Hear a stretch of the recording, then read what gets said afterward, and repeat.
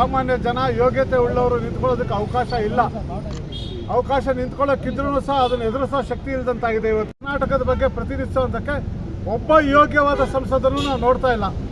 ಅದು ನಾಡಿನ ಗಡಿ ವಿಷಯ ಬಂದಿರಲಿ, ಜಲದ ವಿಷಯ ಆಗಿರಲಿ, ಉದ್ಯೋಗದ ವಿಷಯ ಆಗಿರಲಿ, ಇಲ್ಲ ಭಾಷೆಯ ವಿಷಯ ಆಗಿರಲಿ, ಕರ್ನಾಟಕಕ್ಕೆ ನಿರಂತರ ಅನ್ಯಾಯವಾಗ್ತಿದ್ರು ಅದನ್ನು ಪ್ರಶ್ನೆ ಮಾಡ್ತಕ್ಕಂಥ ತಾಕತ್ತು ಯಾವ ಸಂಸದನಿಗೂ ಇಲ್ಲ.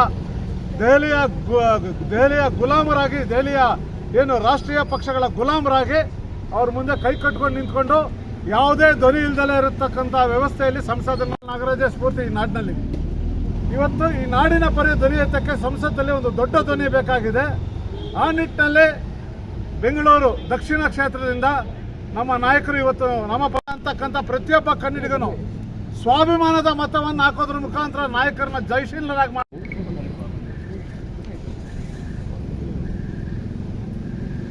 ನಮ್ಮ ಶಿವರಾಮೇಗೌಡರು ಹೇಳಿದ ರೀತಿ ಈ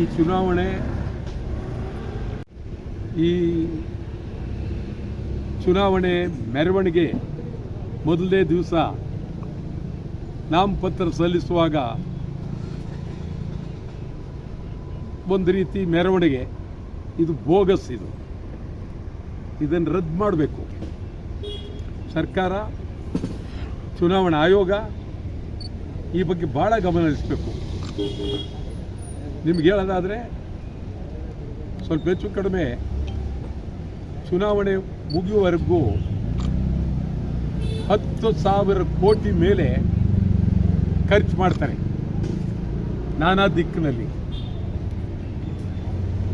ಈ ಥರ ಚುನಾವಣೆ ಆದರೆ ಪ್ರಜಾಪ್ರಭುತ್ವಕ್ಕೆ ಅಪಾಯ. ನಾಳೆ ಚುನಾವಣೆನೇ ಅಕ್ರಮ, ಚುನಾವಣೆ ಬೇಡ ಅಂತ ಜನ ದಂಗೆ ಹೇಳೋ ಕಾಲ ಬರುತ್ತೆ ಈ ಥರ ಚುನಾವಣೆ ನಡೆದರೆ.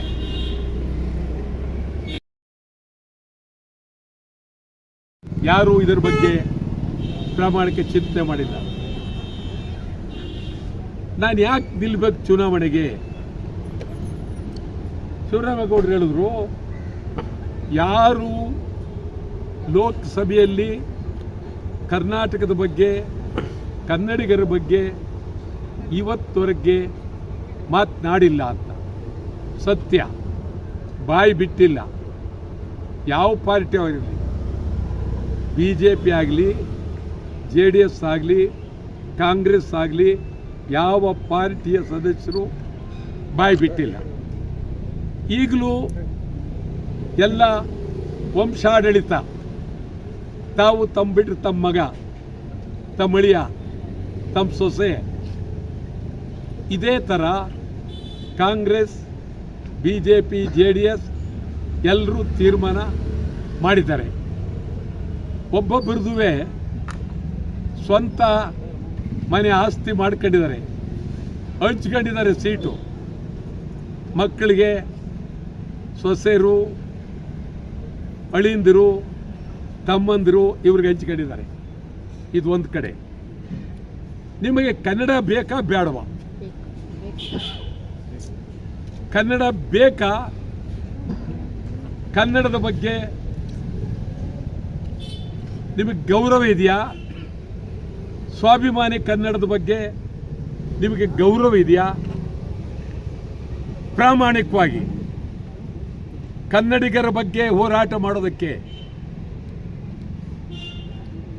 ಕನ್ನಡಿಗರ ಬಗ್ಗೆ ತೀವ್ರವಾಗಿ ರಣಕಹಳೆಯನ್ನು ಮೊಳಗಿಸೋದಕ್ಕೆ, ಕರ್ನಾಟಕದ ಸಮಸ್ಯೆಗಳ ಬಗ್ಗೆ ಮಾತನಾಡೋದಕ್ಕೆ, ಕಾವೇರಿ ಇರ್ಬೋದು, ಮಹದಾಯಿ ಇರ್ಬೋದು, ಅನೇಕ ಜಲ ನೆಲ ಸಮಸ್ಯೆಗಳಿರ್ಬೋದು, ಇದ್ರ ಬಗ್ಗೆ ಹೋರಾಟ ಮಾಡೋದಕ್ಕೆ ನೀವು ಯಾರು ಒಪ್ತಿರೋ ಬಿಡ್ತಾರೋ ಪ್ರಶ್ನೆ ಬೇರೆ. ವಾಟಾಳ್ ನಾಗರಾಜ್ ಒಬ್ಬರೇ, ಯಾವ ಪಾರ್ಟಿನಲ್ಲೂ ಕನ್ನಡದ ಬಗ್ಗೆ ಮಾತನಾಡೋರಿಲ್ಲ. ಸುಮ್ಮನೆ ನೀವು ಕನ್ನಡ ಶಾಲೆಗಳನ್ನ ಹಾಕ್ಕೊಂಡು ಕಾಂಗ್ರೆಸ್ನವರು ಹಾಕೊಂಡ್ರಿ, BJP ಅವರು ಹಾಕೊಂಡ್ರಿ.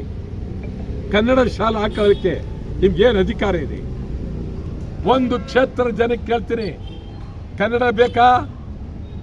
ವಾಟಾಳ್ ನಾಗರಾಜ್. ಕನ್ನಡ ಕೂಗ್ಬೇಕಾ? ವಾಟಾಳ್ ನಾಗರಾಜ್. ಸ್ವಾಭಿಮಾನಿ ಕನ್ನಡಿಗರೆಲ್ಲರೂ ಜಾತಿ, ಮತ, ಕೋಮು, ಹಣ ಎಲ್ಲ ಬಿಟ್ಟು ವಾಟಾಳ್ ನಾಗರಾಜ್ ಅವರಿಗೆ ಬಡವರ ಪರವಾಗಿ, ಜನಸಾಮಾನ್ಯರ ಪರವಾಗಿ, ಸಮಗ್ರ ಕನ್ನಡಿಗರ ಪರವಾಗಿ ಲೋಕಸಭೆಯಲ್ಲಿ ಮಾತಾಡ್ತಕ್ಕಂಥ ಶಕ್ತಿ ವಾಟಾಳ್ ನಾಗರಾಜ್.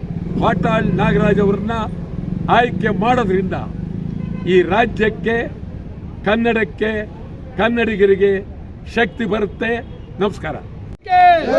ಕನ್ನಡದ ಧೀಮಂತ ನಾಯಕ ವಾಟಾಳ್ ನಾಗರಾಜ್ ಸಾಹೇಬ್ರಿಗೆ, ಸ್ವಾಭಿಮಾನಿ ಕನ್ನಡ ಪರ ಹೋರಾಟಗಾರರ ಸ್ವಾಭಿಮಾನಿ ಕನ್ನಡಿಗರ ಹೋರಾಟಕ್ಕೆ, ಸ್ವಾಭಿಮಾನಿ ಕನ್ನಡಿಗರ ಹೋರಾಟಕ್ಕೆ ಅಭ್ಯರ್ಥಿಯಾಗಿರುವ ವಾಟಾಳ್ ನಾಗರಾಜ್ ಅವರಿಗೆ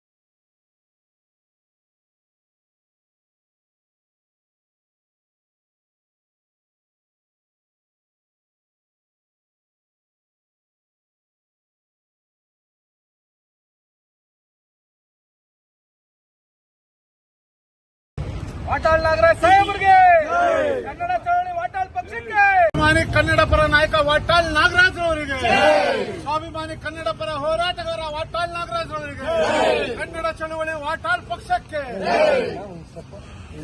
ಬನ್ನಿ ಸರ್, ವಾಟಾಳ್ ನಾಗರಾಜ್ ಅವರಿಗೆ, ನಡ್ಕೊಂಬನ್ನಿ, 5 ಜನ